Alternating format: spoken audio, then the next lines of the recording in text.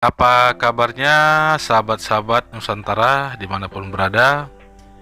Bertemu lagi dengan saya channel Alpian Huta Barat.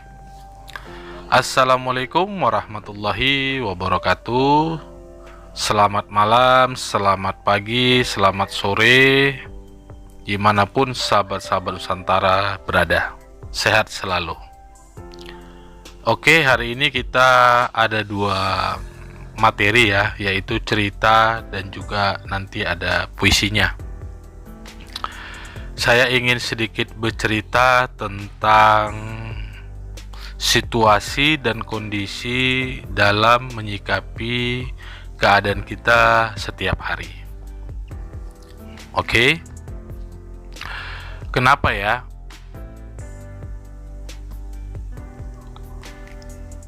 Perasaan dan logika selalu berperang ataupun bertengkar setiap hari antara logika dan hati. Logika kita ingin selalu memperlihatkan kemampuan egois ataupun keakuan diri bahwasanya aku adalah yang terhebat. Di satu sisi, hati kita ingin selalu berbuat sesuatu yang tidak melanggar kaidah-kaidah hukum ataupun peraturan-peraturan hukum. Akan tetapi, logika selalu mencari yang namanya alibi ataupun perumpamaan-perumpamaan yang membuat diri kita benar. Maka di sini perlu kita memahaminya bahwasanya antara logika dan hati harus diseimbangkan dengan kemampuan memahaminya. Mana yang menjadi keinginan logika, mana yang menjadi keinginan hati. Karena kedua bentuk ini kalau tidak diakurkan ataupun distabilkan atau dinormalkan ataupun diseimbangkan, maka akan terjadi sesuatu yang cenderung ke hati atau ke logika.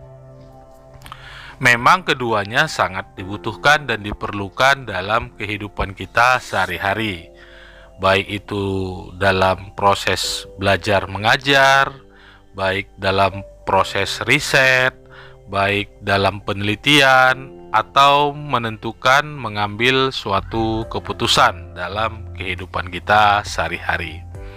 Logika sering cenderung menguasai ataupun mengendalikan diri kita.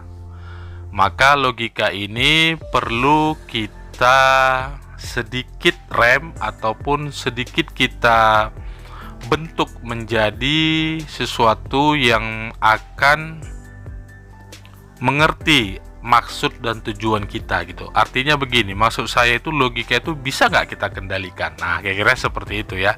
Jadi mengendalikan logika itu bagaimana? Tentu tidak ada satupun jurus ya, setahu saya sih, berdasarkan memang pengalaman buku yang kita baca ya kan. Itu memang rata-rata logika selalu ingin menjadi nomor satu maksud saya. Nah, ini bagaimana untuk mengendalikannya? Hati sendiri terkadang cenderung dia lembut, halus, tetapi lebih mendalam ketimbang logika tersebut. Maka apabila kita cenderung ke logika, kita akan menjadi seorang yang lebih mengutamakan secara logik ya, itu memang benar, salah, baik, benar, salah, kira-kira seperti itulah ya. Antara mengambil satu kebijaksanaan itu kan logikanya yang main. Kalau hati kan cenderung memilah apakah ini benar, apakah ini salah secara hukum, secara pribadi. Ya kan, lebih cenderung dia lebih memikirkan dirinya dan orang lain. Itulah yang namanya hati. Beda dengan logika, lebih cenderung dia memang agak sedikit lebih menonjol ketimbang hati. Maka di sini bagaimana kita mengendalikannya antara logika dan hati. Karena apabila logika ini terlalu tajam, dia akan sombong, dia akan angkuh. Udah itu dia terus juga seperti ingin menguasai semuanya. Itulah namanya logika. Tetapi kalau hati kan banyak pertimbangan. Apakah ini merugikan orang lain, merugikan diri sendiri? Apakah itu hak kita atau hak orang lain? Inilah antara bedanya logika dan hati. Memang kedua-duanya sangat penting, tetapi kita harus bisa mengendalikan keduanya. Jika dominan hati saja, tidak logika, ini juga sesuatu gimana? Apalagi kalau misalnya itu cenderung ke logika, hatinya bagaimana? Ini kan agak sedikit trouble jadinya.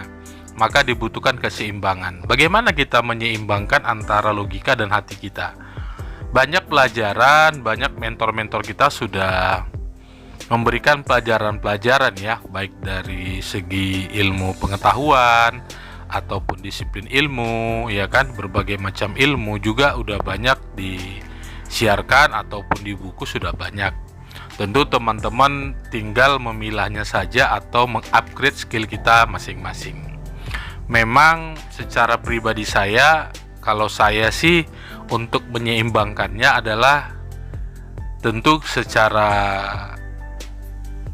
spiritual ataupun secara agama, tentu kita akan mengembalikannya itu kepada Tuhan Yang Maha Esa.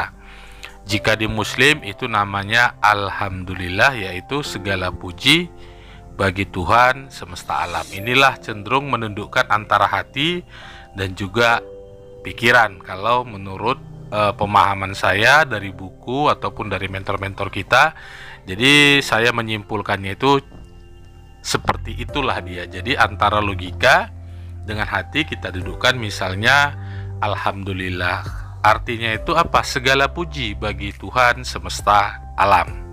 Artinya yang pantas dipuji itu ya cuman Tuhan semesta alam, kalau menurut secara pribadi saya.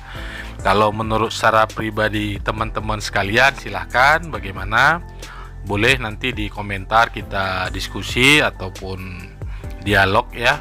Nanti kita akan coba berdiskusi lebih panjang. Kalau memang ada yang tidak setuju ataupun memang saya yang mungkin masih keliru, ya boleh kita berdiskusi. Jadi tidak ada yang namanya antara guru ataupun siapa, nggak ada ya. Yang intinya di sini adalah kita sharing-sharing, saling belajar, mengajar satu sama lainnya, maksud saya. Oke, sahabat-sahabat Nusantara, mungkin itu saja sih yang ingin saya sampaikan, bagaimana kita menyeimbangkan antara logika kita dan hati kita. Jadi sebenarnya nih kalau kita uraikan sangat panjang sekali ya. Tapi itulah garis besarnya yang ingin saya katakan. Kalau secara pribadi saya menyentuh daripada pengucapan itu dari logika dan juga dari hati, kita tunduk patuhkan dia kepada Tuhan Yang Maha Esa. Semoga bermanfaat sahabat-sahabat Nusantara, khususnya kepada saya pribadi, kepada sahabat-sahabat Nusantara dimanapun berada. Oke, kita masuk yang kedua, yaitu puisi. Engkau harus tetap hidup sampai masanya. Prinsip dalam kehidupan sehari-hari harus memiliki faktor utama untuk dijadikan pegangan diri pribadi, yaitu engkau harus tetap hidup sampai masanya. Hiduplah untuk dirimu sendiri, hiduplah untuk anak dan istrimu, hiduplah untuk visi dan misimu, hiduplah untuk orang-orang yang engkau cintai dan sayangi, dan hiduplah untuk apa yang menjadi keinginanmu. Hiduplah, hiduplah, hiduplah. Janganlah engkau berputus asa dari rahmat Tuhan Yang Maha Esa. Selagi engkau diberi napas, tetaplah berusaha sampai masanya akan tiba. Jika setiap bangun pagi engkau masih bernafas, itu tandanya engkau masih ada kesempatan untuk selalu berusaha. Memberikan yang terbaik setiap harinya, engkau adalah yang terbaik. Engkau adalah yang hebat. Engkau adalah yang bisa. Engkau adalah sesuatu. Kamu jangan bersedih, kamu jangan galau, kamu jangan panikan, kamu jangan baper ya. Jalani saja hidup ini penuh dengan gembira, sukacita. Teruslah berusaha. Bisa atau tidak, berhasil atau gagal, itu urusan belakangan. Karena hasil itu urusan Tuhan yang Maha Esa. Oke, sahabat-sahabat Nusantara dimanapun berada, itulah segelintir puisi hari ini dan cerita. Semoga bermanfaat. Assalamualaikum warahmatullahi wabarakatuh.